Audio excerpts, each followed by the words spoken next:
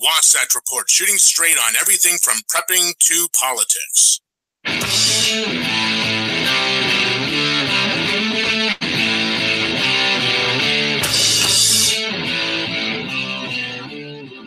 Hello, everybody, and welcome to the Wasatch Report. I'm Suzanne Sherman. I will be your host for the next hour here on the Cerberus Radio Network, where we defend liberty and freedom from the flames of tyranny.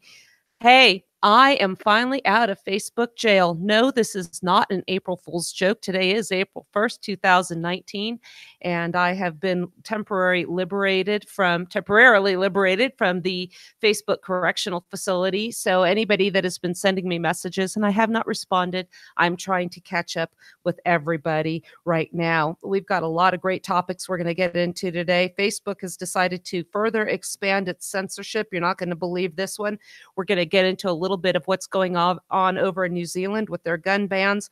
We have some gun control legislation in California that implies federalism. What some people in the NRA are touting as a victory for right now is in the long term going to be disastrous. And we're going to continue on. Today, we're going to finally also get to our discussion on the Trump executive order to harden our power grid in the event of an EMP. This is something that's been some concern to me for a while now, and I've discussed this with Junk Bond Greg Carpenter, who is the host of The Spy Who Loves Liberty. They will be going live tomorrow, by the way. That's Tuesday, April 2nd, and then I'll be back again on Wednesday. We've got a lot of great shows planned this week.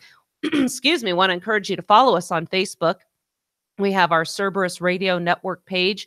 There's even a link where you can click and hear our Radio Co programming 24/7. There's always a show on there. You can hear my episodes of Fundamentals of Federalism, Case in Point, The Spy Who Loves Liberty with Greg Carpenter, his Liberty Minutes, lots of shows, a couple hundred on our YouTube page. If you're listening or watching live on YouTube right now, I want to thank you for joining us over there. We've got a live chat. And if you have any questions and comments, be sure to put them in there and Jeff will incorporate them into the show. I want to thank everybody who's been so supportive and reached out to me. I literally had people texting me, asking me how many more days till I could contribute on Facebook. I think one of the things that we really don't realize is how much Facebook controls our ability to communicate with people. You know, we've just accepted the fact that we can reach people through Messenger. Well, when you get the ban hammer, that stops.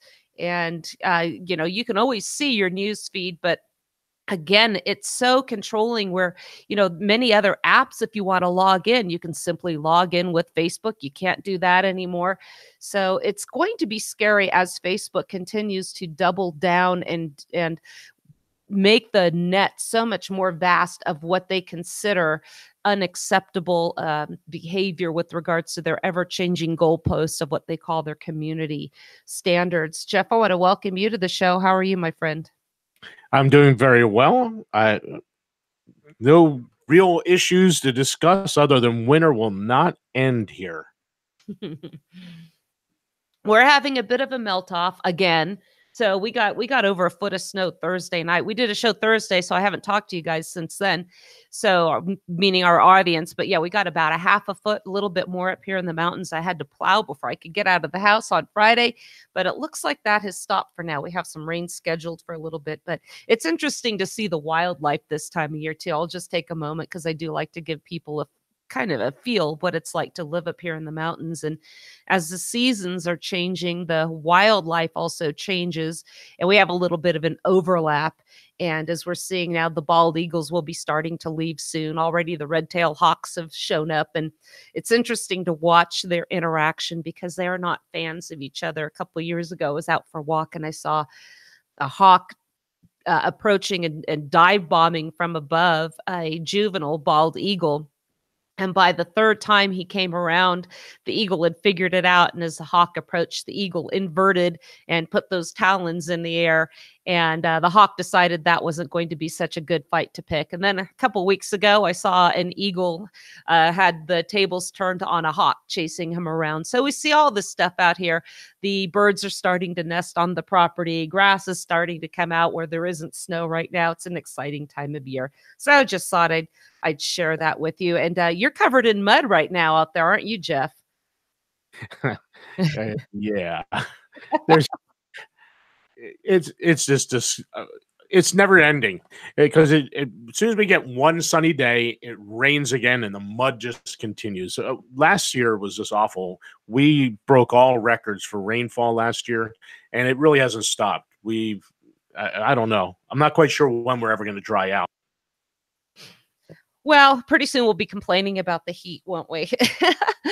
But also, I want to thank everybody who's been following. I announced my website yesterday, SuzanneCSherman.com. Got a ton of new subscribers, so I will be including some more content. Also, while I was away, the 10th Amendment Center published an article that I had written with regards to the Supreme Court saying that the middle finger can be flied to police officers, and that will be legal. They cannot use that to justify a stop for you. So check that out. It's also on my blog if you go there. We do have a webpage in the work for the network specifically, but until that is up and running, if you go to SuzanneCSherman.com, we have a social media bar. You can get right to our SoundCloud. You can get right to our YouTube page, and it will also take you to all of my published articles and blogs. So we're trying to incorporate all of the network and my article stuff in one page for you. And then we will have a network-specific Cerberus Radio Network webpage up. I want to thank Greg Carpenter for getting started on that. So this is not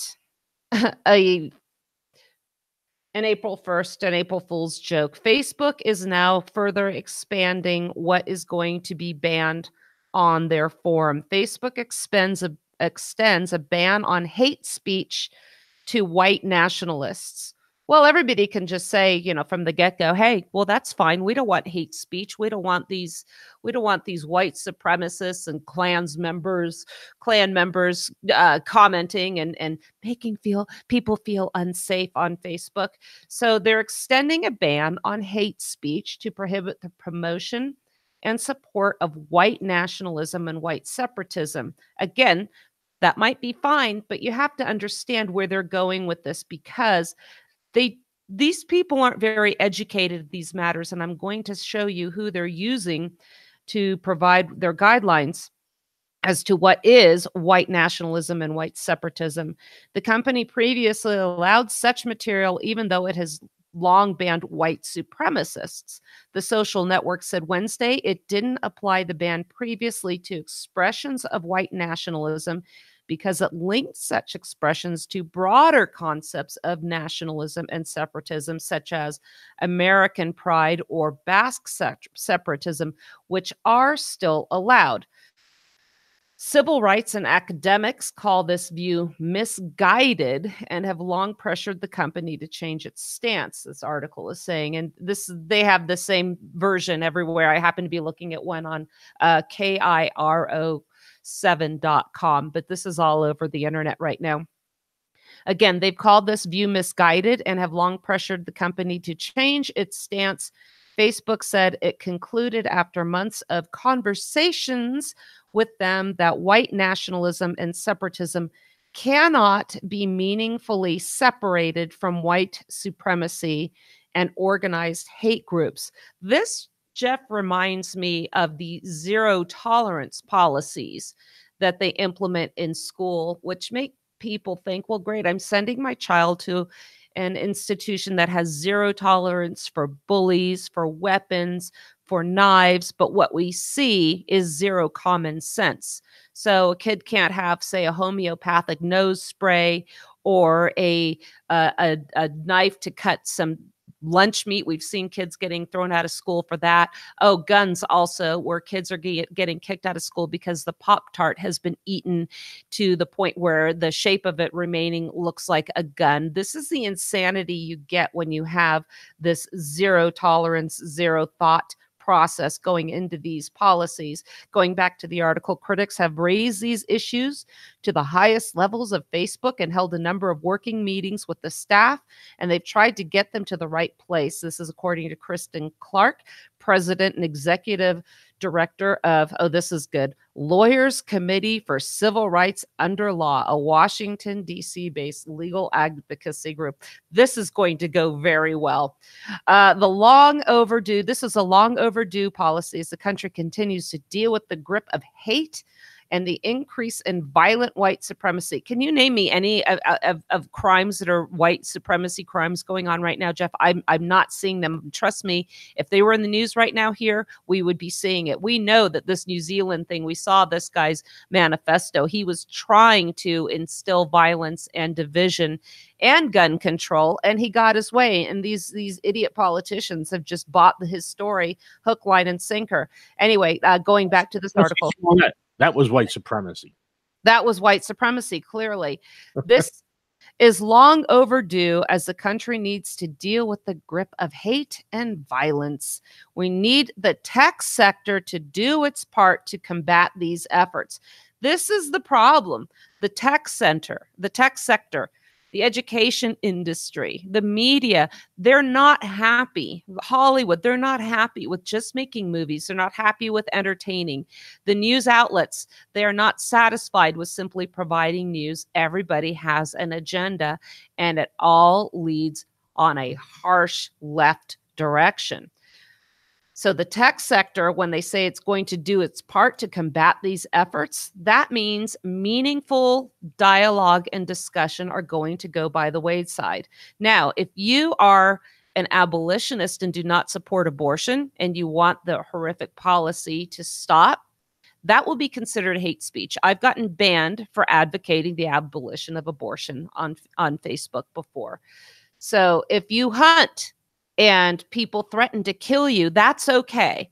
That is not a violation of their community standards. When they say, I hope you were killed in a hunting accident, that is perfectly acceptable to the tech center gurus doing their part over in Silicon Valley. And it is what it is. I'm not going to go running and complaining to somebody. I know these people aren't going to show up at my house because I hunt. And if they do, that would be very ill-advised on their part. So let me go back to this article. It is a short one. Though Facebook has said it has been working on the change for 3 months, it comes less than 2 weeks after Facebook received widespread criticism after the suspect in shootings at 2 New Zealand mosques killed 49 people was able to broadcast the massacre on live video on Facebook. Now, they've also criminalized the possession of having that, the possession of that video in and of itself. So we're seeing censorship on speech. And now we're seeing also, and we'll get into this a little bit later, a banning of an entire class of rifles. Remember now, blaming everybody for the act of 1 or 2 or a few more is perfectly unacceptable when, say, we have an issue like 9/11, or remember we had a Muslim that went into a gay bar in Florida and killed over 50 people. We don't want to paint with a broad brush and blame all members of a class for the act of 1, but that is not the case when it comes to looking at the other side. As part of the change, continuing with the article, people who search for items for terms associated with white supremacy will be directed to a group called Life After Hate, which was founded by former extremists who want to help people leave the violent far right. Clark called the idea that white supremacism is different than white nationalism or white separatism a misguided distinction without a difference. She said the New Zealand attack was a powerful reminder of why we need the tech center to do more to stamp out the conduct and activity of violent white supremacists. It almost seems like the tech sector considers themselves lawmakers by contributing to the control of the information that we are available to get. They are shaping policy. We never voted for them to do this. You can say, oh, well, you know, they're private companies. They can do what they want. But are they really? We've discussed that on this show, the link that these people have with the tech center and the government. There's an article here from Lou Rockwell, And this is, again, the mainstream media censors news that threatens its financial interests. And again, here they get into the internet watchdogs even having political leanings. And we know the whole story behind Snopes. But here what they say is the big media companies, again, have big conflicts of interest. Medical news is especially at risk of censorship. We did a show with Dr. Marianne Block from the Block Institute in the Dallas-Fort Worth area on ADHD and the harm these medications are causing children, and the absolute blackout in the news of the link between these psychotropic medications, these disturbed children, and mass shootings. When I asked her, when you go on these network interviews, why don't you raise this issue? She says, I'm not even allowed to go on the networks anymore. She goes, look at who does the advertising, the pharmaceutical companies. And this is what we're seeing now on Amazon. They are going to stop selling books that have to do with autism, anti-vaccination messages, alternative forms of treatment, which have helped millions of people. So we're seeing them taking away these sources of information for us. And it's not just, again, with regards to hate speech. We're looking at, again, the threat to commercial interests. Let's go back now to determining what is this issue with hate speech. Are we going to see, as we know, and I talked about this before, Think Progress, and I also think it was Southern Poverty Law Center, whom Facebook said they were going to use to determine what speech was hateful or not. Michael Bolden from the 10th Amendment Center has been labeled an extremist. This is what they consider an extremist. An extremist, according to them, is someone who advocates the proper role and relationship between the states and the federal government pursuant to the terms the states agreed to, consented to, when they ratified the Constitution, because that goes against the Marxist agenda of a big, powerful central government. Advocating our founding principles is considered extreme. This is where they're going. They're going to silence us. They're going to take these messages. What do you think this is going to do? What kind of impact will this have when Amazon decides to stop providing books that share accurate United States history? How about accurate information with regards to the Revolution of 1861? That was not a civil war. Don Livingston refers to it as a revolution, and it was absolutely a revolution. Our war for independence to get away from Britain was not a revolutionary war. All of these terms have been very carefully chosen and changed over time to change the way we think about our system of government. We've talked about the Pledge of Allegiance. We've talked about that source of indoctrination. So it's only going to get worse. Sons of Confederate Veterans, I anticipate their pages being taken down. Secession, isn't this convenient, Jeff, as the secession movement on the left side is taking ground? I think that is a huge threat.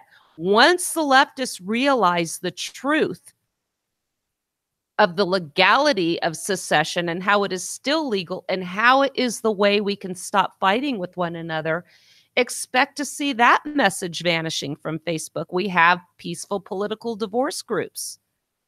Other groups, Yes California, Cal Exit, expect to see them go by the wayside and disappear. Do you think that's a fair prognostication, Jeff? Yes, because look at what's happening with like Thomas Jefferson and all these founders that own slaves. The narrative now is that they were slave owners. So what are they? They're evil. So now they need to be removed from Facebook. Another example is, the whole idea of secession.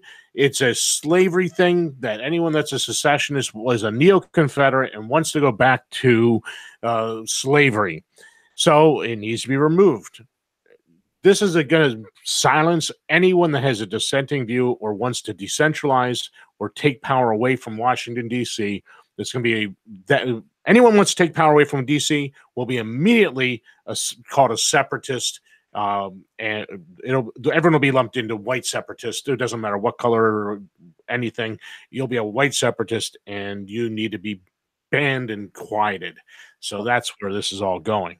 And I had a conversation, as you know, a major television show was filmed in part at my home out here, and one of the employees, one of the managers I was dealing with, we kind of delved into the topic of politics, not for very long, but when he said he mentioned the Confederate flag, and he said, "I learned everything I need to know about the Confederate flag when that guy shot up that church." First of all, it was Dylan Roof, and the church was Mother Emanuel Church in Charleston, South Carolina. If you are going to come to such a solid conclusion, at least know some of the facts.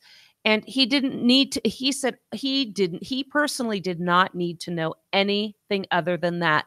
Do you think Facebook would tolerate the message at this point? "I learned everything I need to know about Islam after 9/11. 9/11 is not an adequate representation of Islam. There are many that are peaceful. I will not go as far as George Bush did and said it's the religion of peace, because clearly it is not. There goes a YouTube ban for me. But let's have a realistic discussion of history. What they're saying here also is they consulted many experts in race relations. They never consulted any historians with regards to this. Civil rights activists and historians, civil rights activists and left-leaning progressive organizations are the ones that are their search. And this is the problem, according to this Lou Rockwell article here. What they're saying is Google is training a whole new generation, just like the education system here. They have a monopoly on the internet. It centers around personal information, tracking and sharing. That's just the beginning, they said. The technology giant is also involved in childhood education, developing brand loyalty, and a future customer base among children through product placement in schools. So we are only going to get more and more censorship. I feel, Jeff, like we've got to get this message out while we can. So while it is still allowed on YouTube, follow, subscribe to the Abbeville Institute, and learn about real history while you are still able to do so. I think that's all we'll spend on that. Any thoughts from you on that one, Jeff? No, again, we're going to go back to what we've been saying a lot. The Marxists have won. And so where do we go? What do we do? Because eventually this medium is going to go away. We're not going to have this platform to talk about these subjects with you.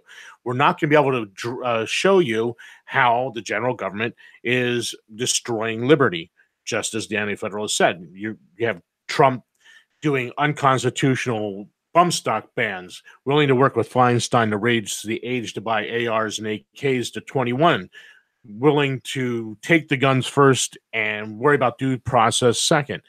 And you see, I see it every day. Saw again this morning, best POTUS ever post. And I was like, okay. And so I just gave those three examples. I said, listen, he's a Marxist. He's doing what it is. He's just a slower Marxist than the Democrats. Well, it's all going the same direction. I've said before, he's a speed bump right now at best. And I have said before, I will support him in the 2020 election, because at this point, we're voting defensively. We need to buy ourselves some more time to educate people and teach them the proper role of government, this government in particular, and how we can prepare. Again, this is why we like to discuss prepping and politics. Speaking of prepping, I'll have Prepper Chicks also known as the author Annie Burdell, joining us, I think, Wednesday, but you can also catch her show on our radio co-links here as well, Prepper Chicks After Dark. But last week, Donald Trump did sign an executive order to protect the United States from an EMP attack. I've said before, and I've seen this, that the power grid itself is very vulnerable. We did a show with that with Greg Carpenter before, and I want to just do a quick backup. If you're confused about the scope of executive orders, there's a great article. Again, 10th Amendment Senator Mike Meharry did an overview of executive orders as well. And he said that, really there's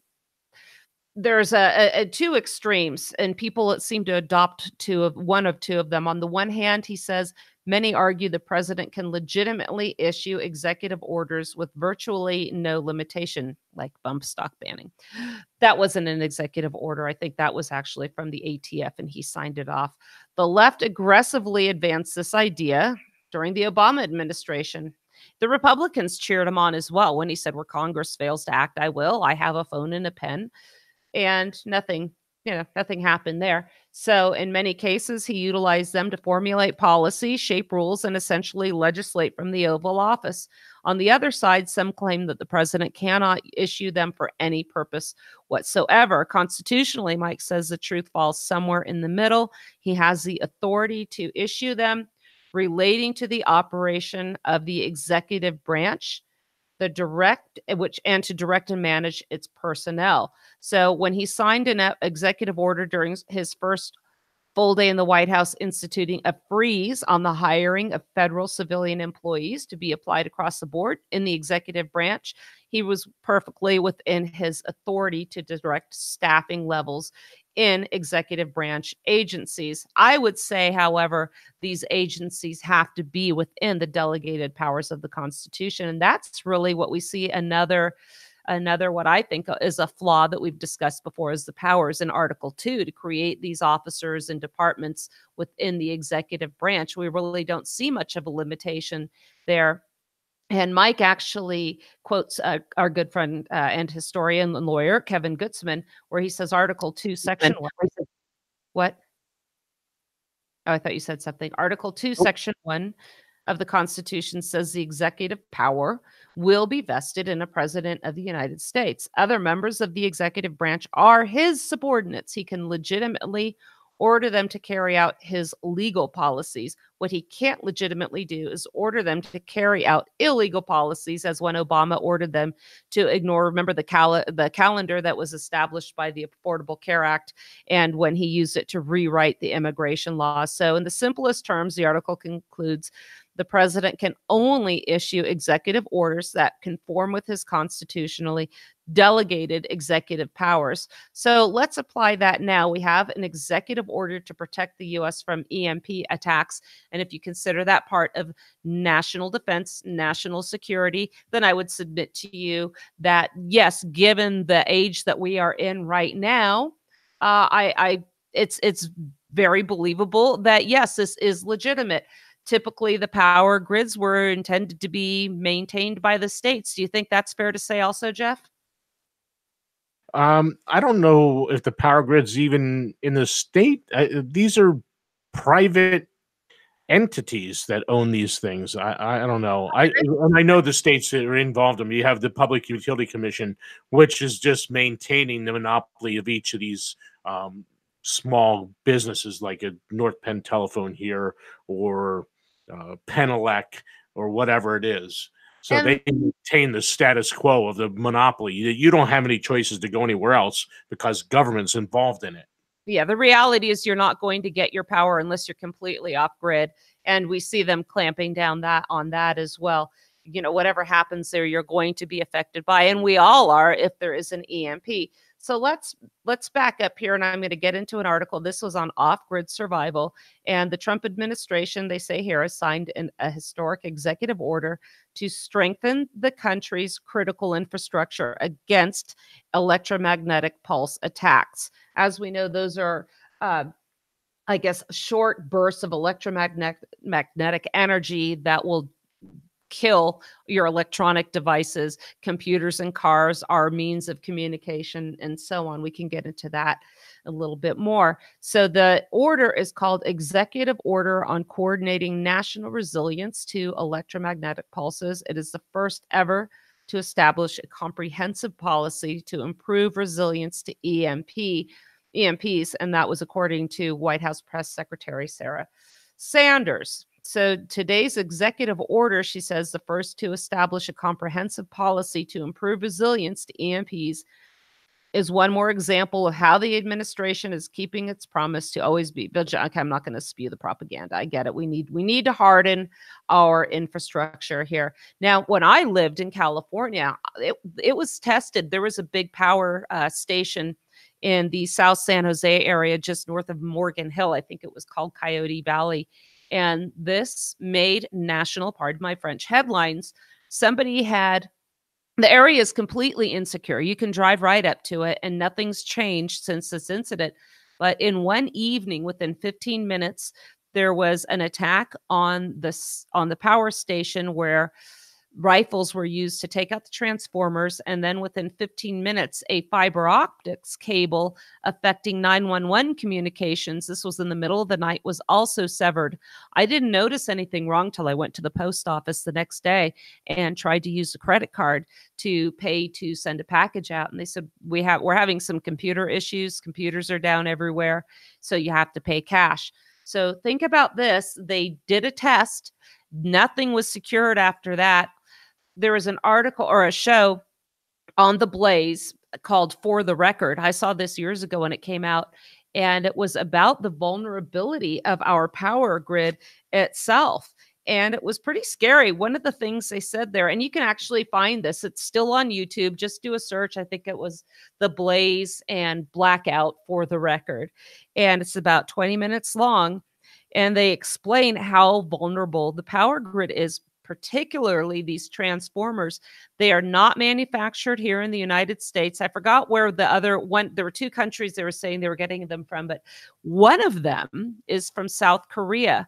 So Jeff, with all the issues we're having with North Korea, do you think if it was within their possibility, their capabilities to subject us to an EMP attack, and they knew that our source for replacement for these power transformers was in South Korea, what do you think? How does that bode for their South Korean neighbors? It won't do. They won't do very well because they'll definitely send some sort of missile across the border, whether it's nuclear or not. We don't know, but like they have the bomb, so I'm not going to work out well. Yeah, an EMP is going to drastically affect distribution of foods, medications, water. What's going to happen when these pubs go out? Communications. They call this a critical national security issue. And this was back when that came out. I forgot how many years ago, but like I said, I remember seeing this. And they discussed a 2004 in the show EMP Commission report on the threat of an EMP, and that it would have existential consequences, breakdown of governments. Half of Americans would die within the first year. So the damage can also last for 50 years. Electronics will fail as a result. And so they were talking also about the Starfish nuclear testing that they did. This was over 50 years ago, if not longer. And they recognized even back then that the energy coming out from these tests were affecting electronics. So they've known about this some time. So they were asking about the assets of the people they were charged to protect. What they eventually did was harden the military infrastructure, but we, the people, have been left completely vulnerable. So it's up to us once again to figure out how are we going to cope with something like this. Let me go back to this article really quick. The DHS had issued a dire warning last December, admitting that the federal government was not prepared for the chaos that would follow an EMP attack. And remember, we talked about this on the show, Jeff. warning the public to prepare for up to 6 months without power. The order signed by Trump Tuesday directs federal agencies to identify pieces of critical infrastructure that could be impacted by an EMP attack. John Bolton will be overseeing the order's implementation. He'll probably respond by bombing Venezuela. So you can read the bits here. Here's something that or the details, I should say, of the executive order, but I highlighted one sentence also. Again, Jeff, they cannot seem to help themselves and stay out of the public sector. So here we go. The federal government shall also provide incentives as appropriate to private sector partners to encourage innovation that strengthens critical infrastructure against the effect of EMPs through the development and implementation of best practices, regulations, and appropriate guidance. So what do we see here? As always, government expansion, crony capitalism. Does the word Solyndra ring a bell? I agree. This is something that needs to happen. If you count on the government to do this, I think you're going to be sorely disappointed. So let's talk a little bit about this, Jeff. If we have to be prepared to have no power for 6 months, what are some things we can start to do? Well, to be prepared. What are we going to not be able to get hold of? Food, water. We talked about all this. You're not going to be able to get cash. That day, what I mentioned when I was in San Jose, I would not have been able to purchase food if I needed to. Well, what if that doesn't change and you don't have any cash? Wouldn't it be? Go ahead. Oh, sorry. Go ahead. I thought you left a pause there. I thought you were leaving a space there for me to jump in. Sorry. Anyway, last night we were discussing the show, and I had shared with you the. I think I shared the link with you about the EMT house protection, and then there was an EMP auto protection. Now I don't know. I said I have to do some research, and I will look into those and see if they work. The one thing I'm pretty sure that the one that I was talking about last night, it also said lightning protection, and that I believe I know that would work. So if a lightning strike comes up the line, it's going to cause a surge, and this protection acted within 1 nanosecond, so it would shut it off so that the surge wouldn't destroy any of your stuff in your house. So I don't know if this is going to work for EMPs, but that's one place you can start looking is at some of these protections that protect the stuff in your house. I have surge protectors on all my electronic stuff, so if something happens where there's a surge electric, it isn't going to fry my computers and different things. Yeah, and I think we interviewed him on the other network. There's a company called SolarArc, and when you were out here for PrepperCon, they have these solar panels that they claim are EMP proof. And I always tell people when it comes to preparedness, there is a never-ending source of gadgets, gizmos, technology, tactical gear, whatever you can purchase. Let the buyer beware, because when somebody makes a claim that these products are EMP proof, maybe they are, but the bottom line is you have to also consider how much extra might you be paying for that claim. And let's say they end up not being EMP proof. Will it matter at the time? Will you get your money back? Will you be worse off for relying on such claims? Or do you need to do the best you can, get the solar equipment you can, have the batteries stored up? Because remember, a lot of the problems with these solar power offers that you get that are partially subsidized by the government, it's all a big scam because they take advantage of the energy that you produce by getting these on your house. You also get taxed for them, by the way. But as the people in Florida found out after Hurricane Matthew, when the storm ended and they wanted to get their power back up and running using solar, they were out of luck because they were connected to the grid. And until the grid came back and was repaired, they were still without power. So what do you want to do? Think about ways if you live in a place like I do, you need to think about my luck. The 6 months, let's say it's only 6 months, are going to happen over the winter season, which is pretty much 8-9 months out of the year up here in Utah. So you have to think about what is really practical for where you live. Preparedness is very practical. You should use common sense. How are you going to stay warm? Think about multiple sources of accessing your water. Jeff, as you know, I have 2 hydrants. I'm on a well. I need to set up a way to get them in the event the power goes out. I think the 2 hydrants I have outside are just activated, but I think that is still, by the pump. So I need to come up with a way so I can access water absent having to go down to the creek below my house. So again, this is just Yep. go ahead. Oh, I was just agreeing with you. Yep, you're gonna have to come up with a way. Now, this doesn't have to be nefarious. It doesn't have to be a nation state that causes this. You have CMEs, corneal mass ejections. The sun could cause this.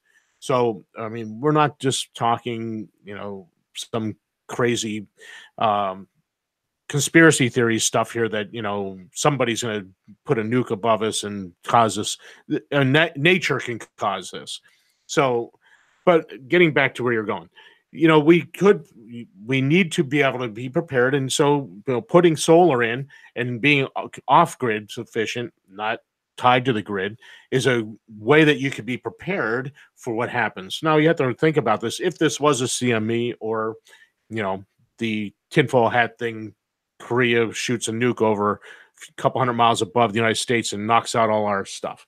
Just a clarification, CME is not the same as an EMP, but it has the same effect. CME, that's right. coronal mass ejection.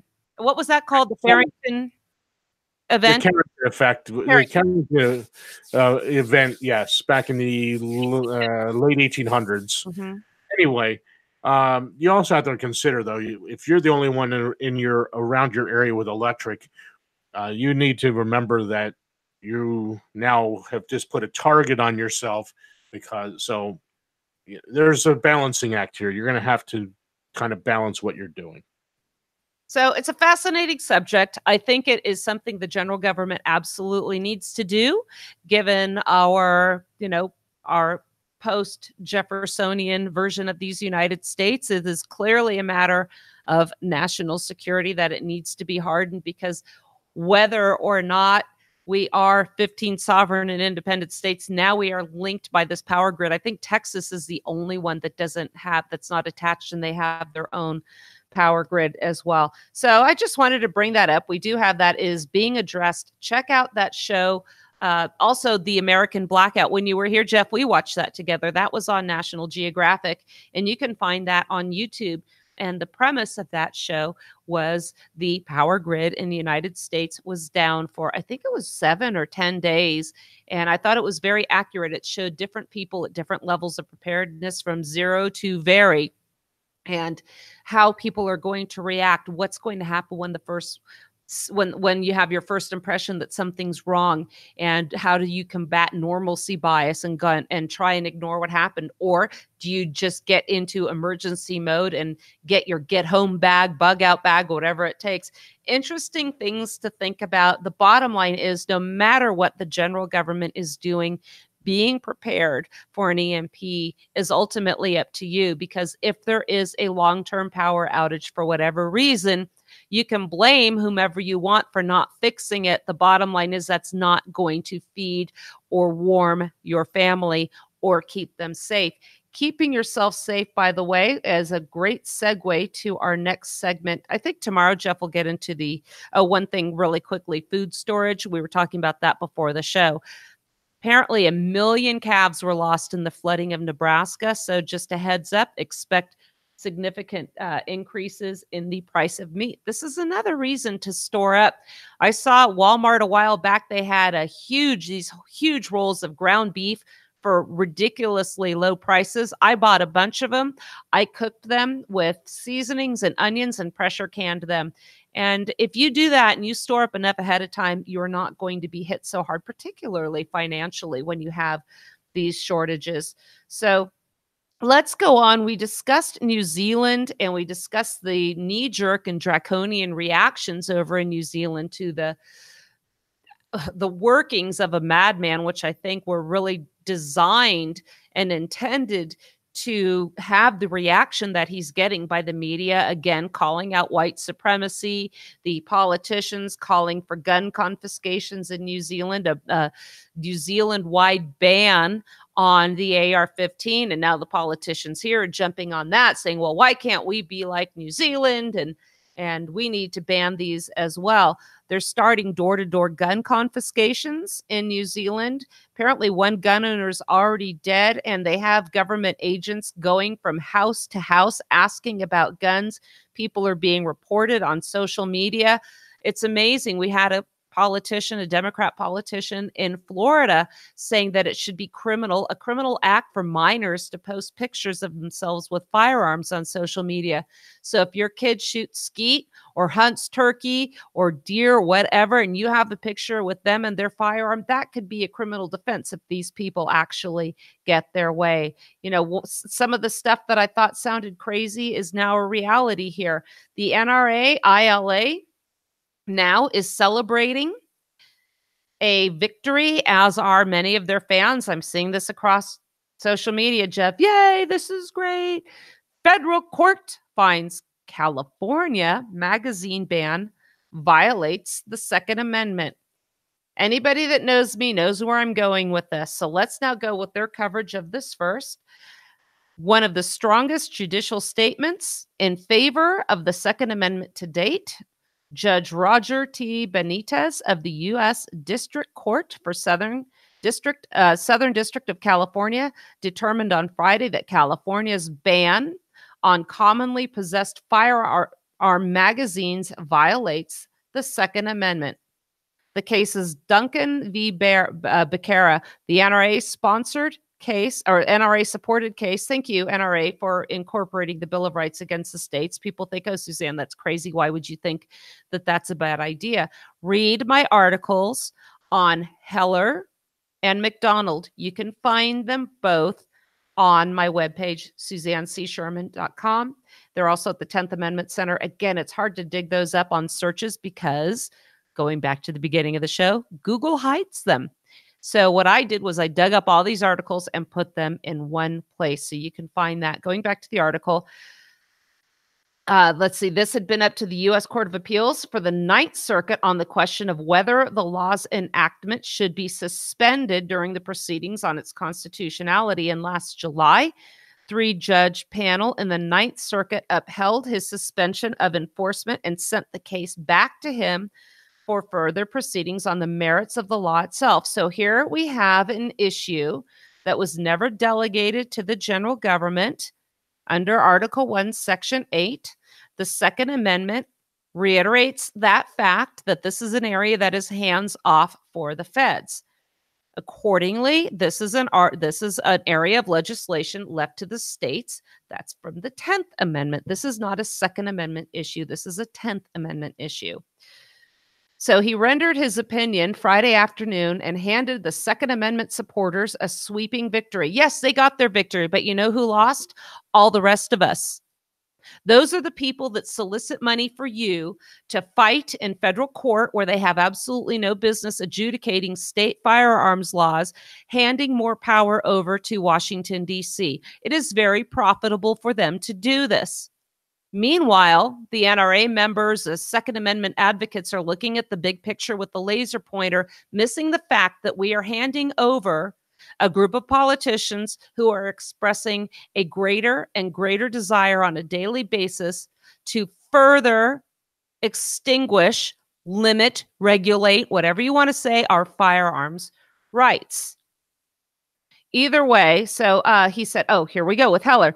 Judge Benitez subjected the ban to both the constitutional analysis he argued was required by the U.S. Supreme Court and District of Columbia versus Heller, and a more complicated and flexible test the Ninth Circuit has applied in prior Second Amendment cases. Either way, he ruled the law would fail. He characterized the California law as turning the Constitution upside down. No, Judge, you're the one that did that.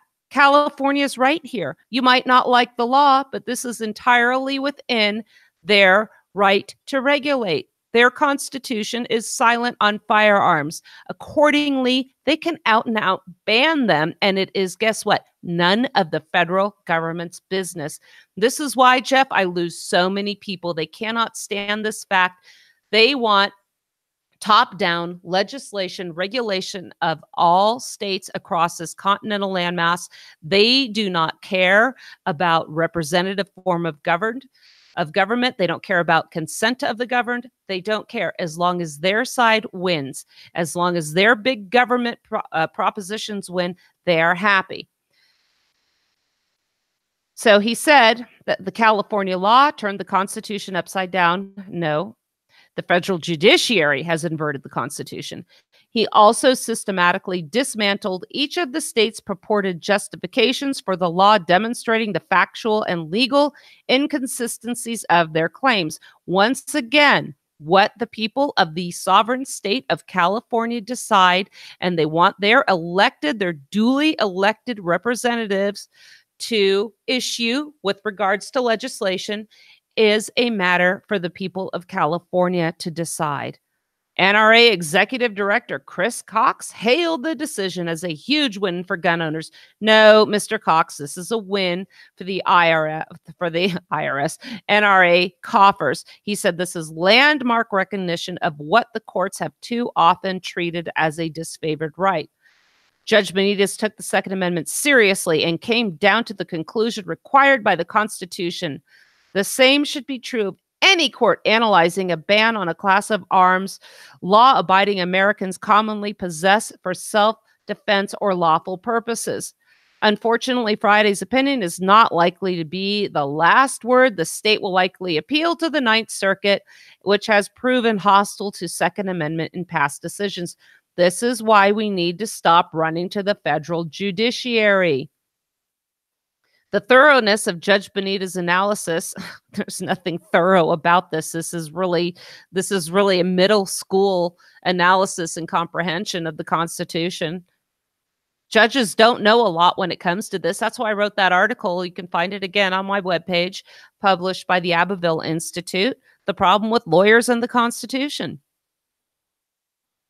His analysis should give Second Amendment supporters the best possible chance for appellate proceedings, particularly if the case ultimately lands before the United States Supreme Court. Okay, so hear me out, ladies and gentlemen.